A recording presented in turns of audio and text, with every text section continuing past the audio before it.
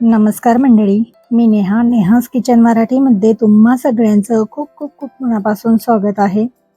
आज आपण श्राद्ध पक्षातली ब्राह्मणी पद्धतीची खीर कशी करायची ते पाहणार आहोत. खूप साध्या सोप्या पद्धतीने पाहू शकतात, खूप सुंदर होते, खूप छान होती ही खीर. चला तर मग सुरुवात करूया आजच्या व्हिडिओला. इथे मी 1 लिटर दूध घेतलेले आहे, तापत ठेवलेले आहे, बघू शकता. एका साईडला कढई तापत ठेवलेली आहे. इथे थोडे तांदूळ आणि वेलची अशी सोडली आहे. याच्यात तूप टाकायचं आहे कढईमध्ये. वेलची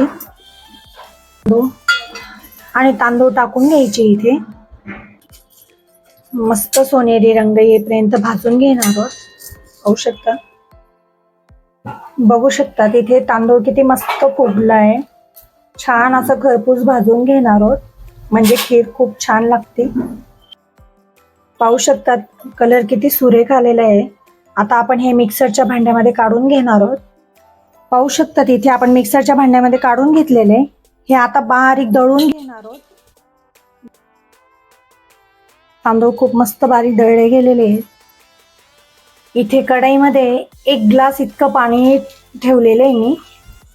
याच्यामध्ये हे तांदूळ जे दळलेले हे टाकून घ्यायचंय. बघू शकतात हे जे तांदूळ दळलेले होते हे पाण्यामध्ये मस्त शिजून घेणार आहोत. इथे पाहू शकतात किती मस्त शिजले हे तांदूळ. आपण 1 लिटर दुधाची खीर बनवतोय, तर त्याला हे 2 वाट्या साखर घेतलेली. बघू शकतात 2 वाट्या साखर टाकायची. साखर टाकून एक 5 मिनिट भर आपण हे परतून घ्यायचंय. हे मिक्स झालं की याच्यामध्ये मी जवळजवळ एक अर्धी छोटी वाटी चारोळी टाकून घेते.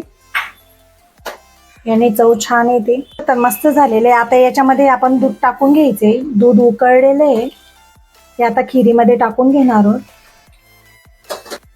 मिक्स करून घ्यायचे आणि परत 10-1 मिनिटं आपण शिजून घेणार आहोत.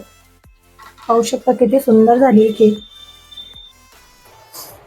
इथे पाहू शकतात मंद आचेवरती ही खीर मस्त होऊ द्यायची. जेवढी उकळी ही तेवढी छान लागते.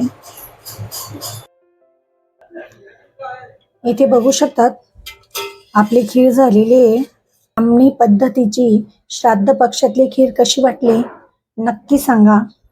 आवडली असेल तर नक्की तुम्ही पण ट्राय करून बघा. व्हिडिओ आवडला असेल तर लाईक करा, शेअर करा, कमेंट करा आणि सबस्क्राईब करायला विसरू नका. पुन्हा भेटूया अशा छान छान रेसिपी सोबत. धन्यवाद.